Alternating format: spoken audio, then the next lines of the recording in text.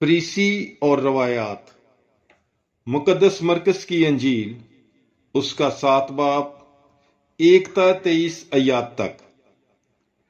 तब फरीसी और बाज फकी जो यरूशलेम से आए थे उसके पास जमा हुए और देखा कि उसके बाज शागिर्द नापाक यानी बिन धोए हाथों से रोटी खाते हैं, क्योंकि फरीसी और सब यहूदी बुजुर्गों की रवायत पर अमल करते हुए जब तक अपने हाथ बार बार धो ना लें नहीं खाते, और बाजार की चीजें नहीं खाते जब तक उन पर पानी ना छिड़कें। और बहुत सी और बातें हैं जो कायम रखने के लिए उन्हें पहुंची हैं, जैसे प्यालों और लोटों और तांबे के बर्तनों का धोना। पास फरीसियों और फकीयों ने उससे पूछा कि तेरे शागिर्द बुजुर्गों की रवायत पर क्यों नहीं चलते, बल्कि नापाक हाथों से रोटी खाते हैं। उसने जवाब में उनसे कहा कि यशायाह ने तुम रियाकारों के हक में क्या खूब नबूवत की, जैसा लिखा है कि ये कौम होंठों से तो मेरी तौकीर करती है, मगर उनका दिल मुझसे दूर है। बस ये बेफायदा मेरी प्रस्तश करते हैं, क्योंकि आदमियों के अहकाम की तालीम सिखाते हैं।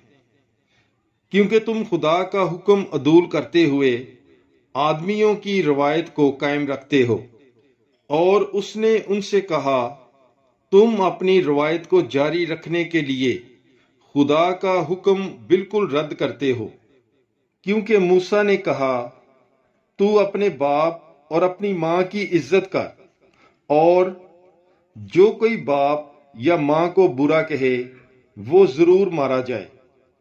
मगर तुम कहते हो कि अगर कोई अपने बाप या माँ से कहे कि मेरी जिस चीज से तुझे फायदा पहुंच सकता है वो कुर्बान यानी नजर है, तो तुम फिर उसे अपने बाप या माँ की कुछ मदद करने नहीं देते।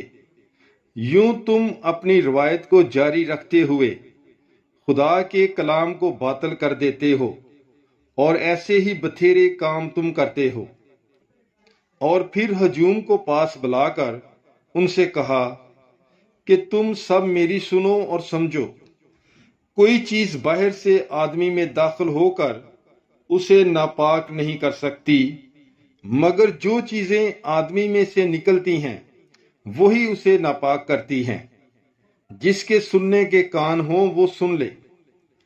और जब वो हजूम के पास से घर में गया तो उसके शागिर्दों ने उससे उस तमसील की बाबत पूछा, और उसने उनसे कहा, क्या तुम भी ऐसे बेसमझ हो? क्या तुम नहीं समझते कि कोई चीज जो बाहर से आदमी के अंदर जाती है उसे नापाक नहीं कर सकती, इसलिए कि वो उसके दिल में नहीं बल्कि पेट में जाती है और जाए जरूर में निकल जाती है।